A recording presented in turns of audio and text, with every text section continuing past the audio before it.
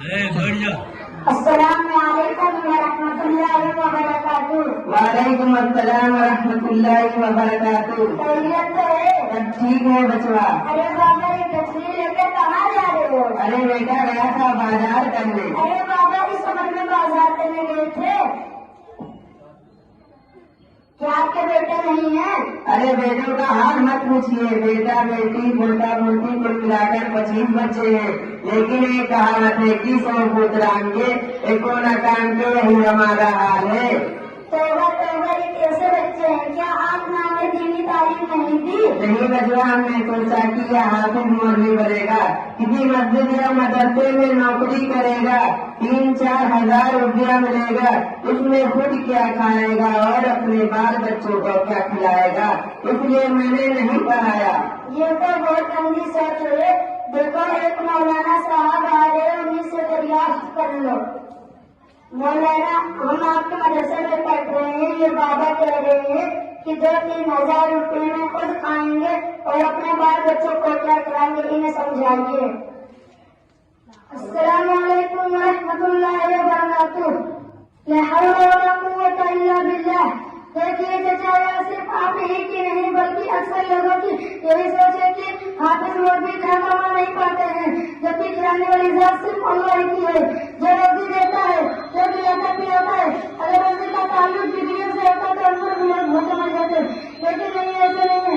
آپ نے دیکھا ہوگا کہ جس کو جس رقم میں نہیں آتا ان کے نام بڑے بڑے تھیٹر میں شمار کیا جاتا ہے، لیکن آپ نے دیکھا ہوگا کہ حافظ مولوی بھوکا مر رہا ہے یا بھٹا گھوم رہا ہے تو خوشی کر رہا ہے، ہر جگہ اس کی عزت ہوتی ہے۔ اس کے برخلاف آپ نے دیکھا ہوگا کہ بی اے پاس گھوم رہا ہے، ڈاکٹر رہتے ڈاکٹری کے لیے، وکیل رہتے کسٹمر نہیں آ رہے ہیں۔ کیا چچا ایسا ہے کہ نہیں؟ ہاں مولانا صاحب، آپ کی بات تو ٹھیک ہے، لیکن میرے بیٹے اور میرے پوتے میرا کہنا نہیں مان رہے ہیں، تو میں کیا کروں؟ سنیے چچا، اگر آپ انہیں دینی تعلیم دی ہوتی تو وہ ایسا ہرگز نہ کرتے، آپ کا کہنا مانتے۔ مدرسے میں یہی پڑھایا جاتا ہے کہ ماں کے پیروں تلے جنت ہے اور باپ جنت کا دروازہ ہے۔ آئی بات سمجھ میں؟ ہاں کچھ کچھ آیا۔ اچھا چچا، دین کے بارے میں آپ کو کچھ معلوم ہے؟ ہاں کیا تم اکیلے ہی مسلمان ہو؟ تو بتائیے غسل میں کتنا فرض ہے؟ غسل میں 10 فرض ہے۔ نمبر 1 پانی کا ہونا، نمبر 2 مندر مرد کا ہونا، نمبر 3 تولیہ لنگی کا ہونا، نمبر 4 لوٹا بالٹی کا ہونا، نمبر 5 کپڑے پاک کرنا تل جانا، نمبر 6 روزہ چھپانے کے لیے چٹی کا ہونا، نمبر 7 استنجا کرنا، نمبر 8 بیت الخلاء میں جانا، نمبر 9 وضو کر کے جمعہ کی نماز پڑھنا، نمبر 10 سب سے اہم بات ٹھنڈی میں گرم پانی کا ہونا۔ اگر یہ سب چیزیں نہ پائیں گے غسل نہیں ہوگا۔ استغفر اللہ۔